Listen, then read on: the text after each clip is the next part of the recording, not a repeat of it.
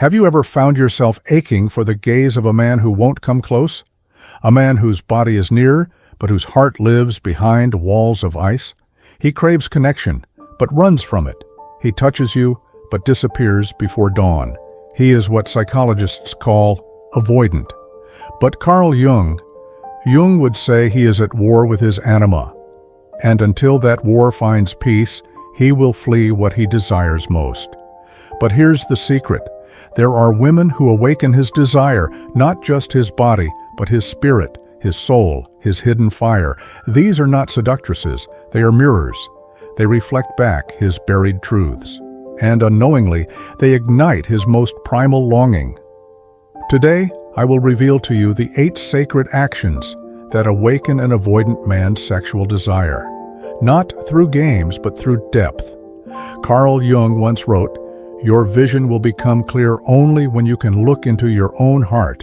Who looks outside, dreams. Who looks inside, awakes." So awaken, and watch him awaken too. Watch him. Become the mirror of his shadow. Avoidant men repress emotion. They exile vulnerability. Their shadow is full of fear, doubt, failure, and shame. And when you, without judgment, acknowledge these hidden parts, you become the first woman he cannot run from. Don't try to fix him. Don't analyze. Just see him. Hold space for the parts he hides. Sit in stillness with his silence. And suddenly, you become dangerously irresistible. Not because you touched his skin, but because you touched his soul. Embody his unconscious feminine, his anima. Every man holds a secret image inside his anima. This is not a type or a checklist. It is the feminine his soul yearns for. She is mystical, wild, intuitive, fierce, and though she shifts across his life, when you embody even a glimpse of her, his desire ignites like a forest fire. The trick is not to become someone else. It is to become more of yourself. Jung taught us, the anima is projection. So when you live fully in your feminine, when you dance, feel, intuit, receive, you awaken what he's been dreaming of but never named. Show him your sacred contrasts. A man cannot stay attracted to predictability, especially not the avoidant man. He doesn't want just soft or just strong. He longs for the paradox. The woman who is gentle and wild, who listens like the ocean but sets boundaries like a queen. Jung called this the union of opposites, and it is this very tension between your light and dark, your earth and sky, that magnetizes him. He wants to taste the storm, not chaos, but complexity. Let yourself be all that you are, and he'll never grow numb to your touch. Let him be the hero, without needing to be saved. Avoidant men still long to rescue, but resist being needed. They fear engulfment more than loneliness. Yet Jung taught every man carries the hero archetype. He wants to rise. He wants to feel like more in your presence, not less. So let him hold the door. Let him fix the thing. Let him feel you trust his direction. You are not becoming dependent. You are becoming a mirror in which his strength is seen, his courage is reflected, his masculinity is honored. When you do this with grace and strength of your own, he'll hunger to return to your arms, not just for pleasure, but for purpose. Maintain the mystery of your emotional world. He craves connection, but too much intimacy all at once feels like danger. So learn to reveal yourself in waves, not floods. Let him work to understand you, not as a game, but as a sacred unfolding. Jung said, "The meeting of two personalities is like the contact of two chemical substances. If there is any reaction, both are transformed." Let him transform through curiosity. Don't explain every thought. Let some parts of you be poetry, felt, not dissected. Desire lives in mystery, and mystery is your superpower. Make peace with your own body first. An avoidant man's attraction deepens not when you seek his validation, but when you are already at home in your skin.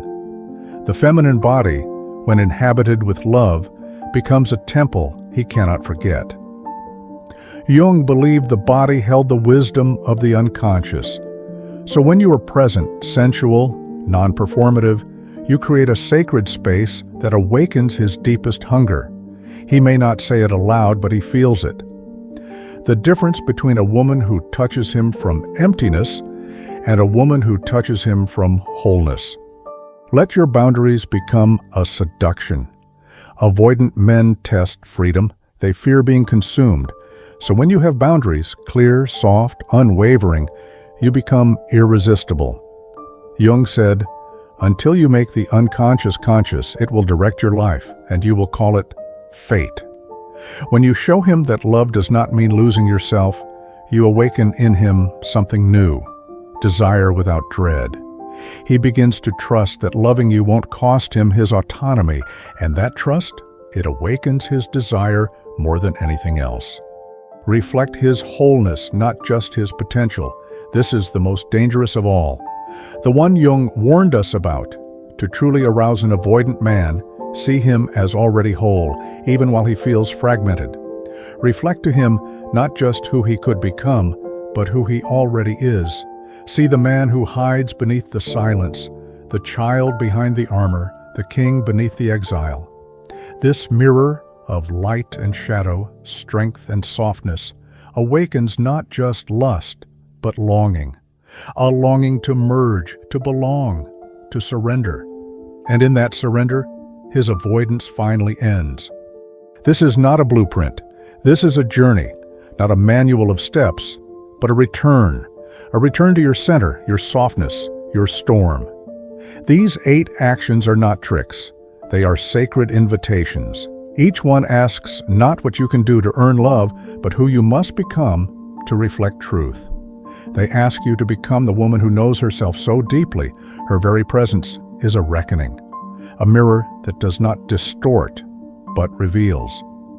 And yes, some will run, some will resist the mirror, not because of you, but because they have not yet faced themselves. But the avoidant man who is ready, who aches for home without knowing what he aches for, he will come closer, not because you chased, not because you bent, but because your presence became his sanctuary. Carl Jung would tell you this: you are not here to fix men. You are here to remember who you are, to reclaim the parts you silenced, to embody the wholeness you feared was too much.